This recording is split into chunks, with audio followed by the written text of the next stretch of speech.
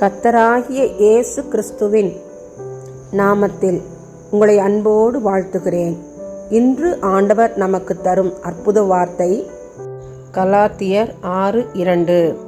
ஒருவர் பாரத்தை ஒருவர் சுமந்து கிறிஸ்துவினுடைய பிரமாணத்தை நிறைவேற்றுங்கள். Galatians 6:2. Bear ye one another's burdens and so fulfill the law of Christ.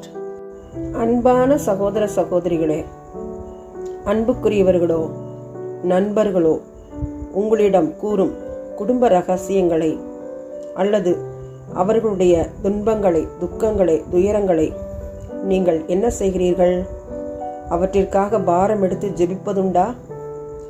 கர்த்தர் நமக்கு கற்றுத்தரும் பாடத்தை பாருங்கள்.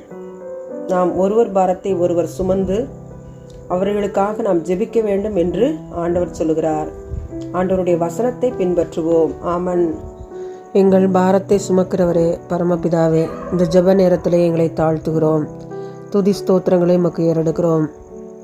எங்களுடைய நாட்டில் கடல் வழியாக, ஆகாய விமானம் வழியாக வேறு நாடுகளிலிருந்து போதைப் பொருட்கள் கடத்தப்படாதபடி தேவனாகிய கர்த்தர் எங்கள் தேசத்தை பாதுகாப்பாய் நீங்கள் வைக்க வேண்டுமாய் ஜெபிக்கிறோம் ஐயா. கடத்தி வருகிற மக்கள் மனம் திரும்ப கிருபை கொடுங்க. உம்முடைய கரத்திலே எங்களுடைய தேசத்தை ஒப்புக் கொடுக்கிறோம். தேசத்தின் மாணவர்களை ஒப்புக் கொடுக்கிறோம். தவறான பாவ பழக்க வழக்கங்களுக்கு, போதைப் பொருட்களுக்கு அடிமைப்படாதபடி தேவரித்தாமே கிருபையாய் நீர் அவர்களை பாதுகாத்து சரீரமாகிய ஆலயம் தீட்டுப்படாதபடி காத்துக்கொள்ள தேவனை கிருபை செய்யுங்க. உம்முடைய சமூகத்திலே ஒப்புக் கொடுக்கிறோம், தாழ்த்துகிறோம். இயேசுவின் மூலம் ஜெபிக்கிறோம் நல்ல பிதாவே. ஆமன், ஆமன்.